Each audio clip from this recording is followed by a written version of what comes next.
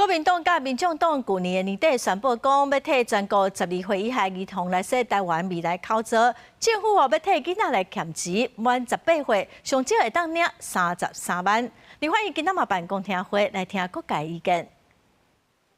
因應台灣少子化問題，若要共同推動台灣未來口罩法案，明定由政府替12歲以下囡仔欠5萬塊，每年閣提撥1萬塊。這寡投資政府會當替囡仔做股票的投資，佇咧囡仔18歲以後上少會當領33萬，甚至閣較濟。這個建議引起討論，支持反對雙邊的意見攏有。拜四立委也邀請學者舉辦公聽會。大家為什麼會擔心所謂的少子女化？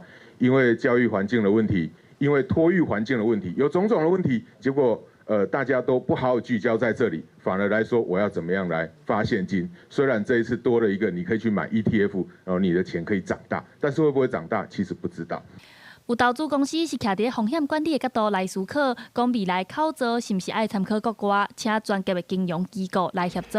若無股市無好，管理出現風險，對囡仔來講，顛倒無公平。是有沒有想過，萬一他真的18歲要繳學費那一年，突然股市就大跌？其實，在國外這種個人賬戶哈，不管是美國哈，或者是新加坡、日本哈，其實這種個人賬戶的管理，其實都。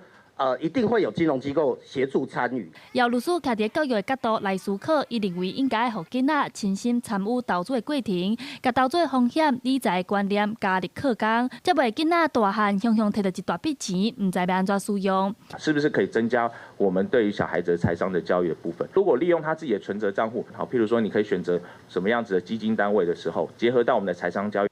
若被這次若是法案通過，開辦頭年計劃投入1141億的預算，後上每年大約是投入260億，因為各種意見攏有，加上預算真懸，閣有貧富差異和投資風險等等的問題，這個方面攏是這屆公聽會有討論到的重點。記者陳亞軒、林旭凱台北報道。